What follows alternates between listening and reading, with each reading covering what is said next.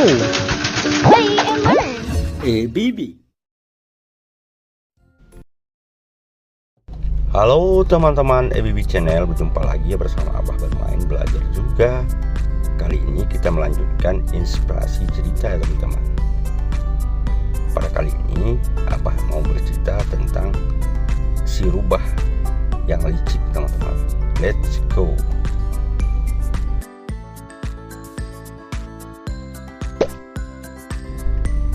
Pada suatu hari, si rubah yang bernama Baby Ciut berkumpul bersama teman-temannya.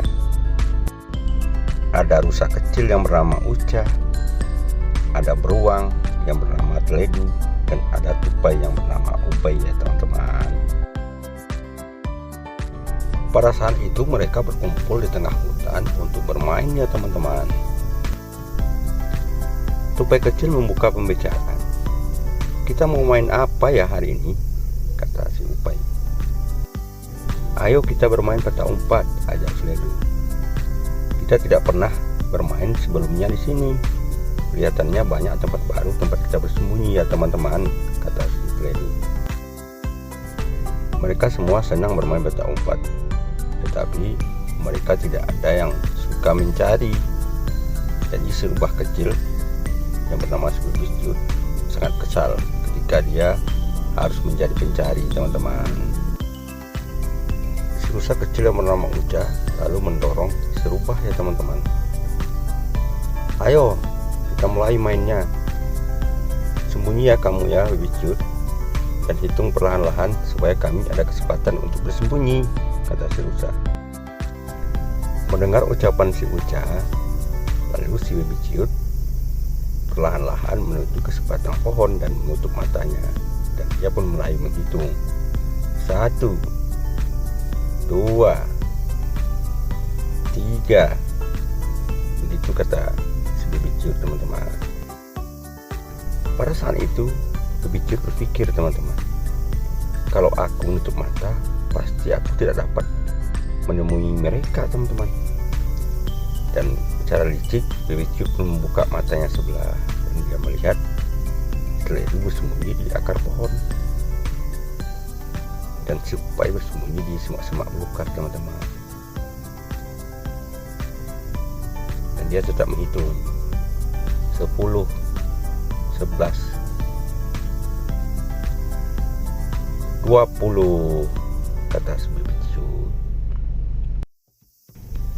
"Sudah apa belum?" kata Baby Ciut. Mereka menjawab, belum." Dan Baby Ciut pun membuka matanya sedikit dan dia melihat Ubay sembunyi di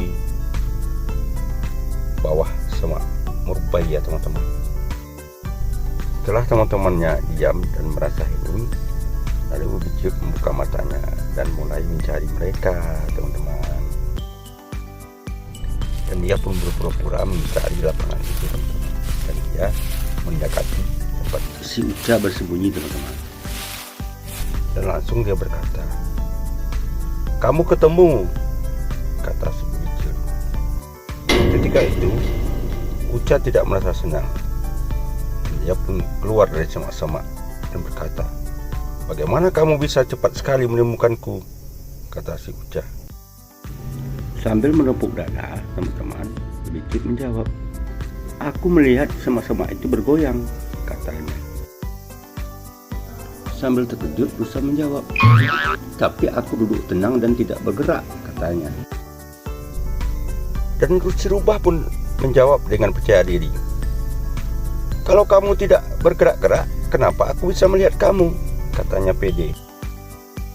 Tanpa menghiraukan ucapan si Ubay teman-teman, si Baby Ciut langsung pergi ke tempat persembunyian Ubay teman-teman, dan dia mencarinya. "Kamu ketemu," kata si Baby Ciut. "Aku melihat kamu bersembunyi di semak sana." Baby Ciut melanjutkan perkataannya. Ubay pun bingung dan langsung melompat keluar semak teman-teman. "Hei, bagaimana kamu bisa menemukanku?" kata si Ubay. "Aku mendengar kamu menggerisi di daun-daun kering," kata si Baby Ciut teman-teman.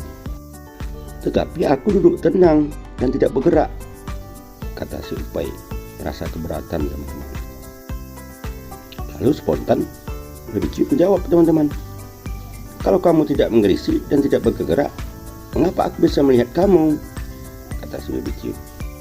Lalu seketika itu Baby Ciut meninggalkan si upaya, teman-teman, dan langsung mengitari tempat persembunyian Ledu, teman-teman. Aku melihat kamu, Ledu. Kamu bersembunyi di bawah akar pohon tua itu. Aku melihat ekor loreng kamu menjulur di balik akar pohon tua itu, kata si Baby Ciut dengan bangganya, teman-teman. Sambil mengernyitkan dahinya, Teledu menjawab, tetapi ekor aku tidak menjulur, kata Teledu. Kalau ekor kamu tidak menjulur, bagaimana aku bisa melihatmu? Kata si Baby Ciut. Memaksa Teledu untuk mempercayainya, teman-teman. Kebohongan-kebohongan Baby Ciut sangat meyakinkan, teman-teman, sehingga teman-temannya percaya.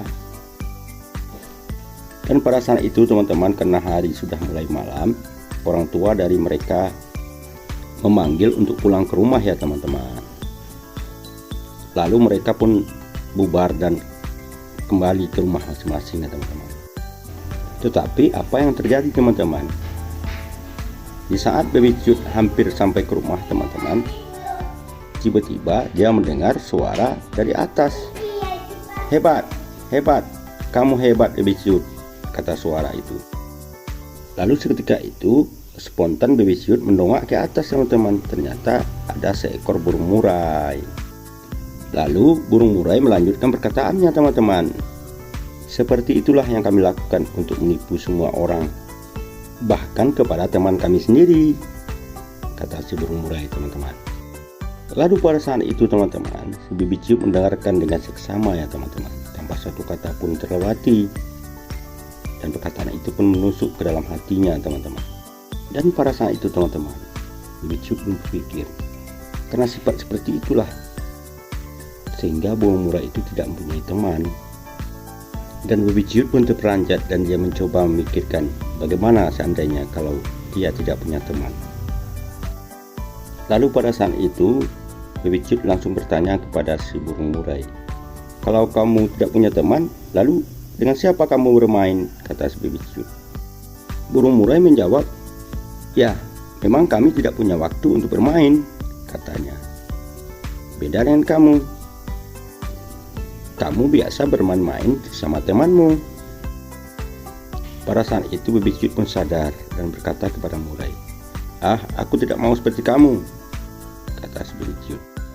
Dan seketika itu murai pun menjawab, tetapi kamu hari ini sudah menjadi seekor burung murai yang hebat, kata si burung murai itu, teman-teman.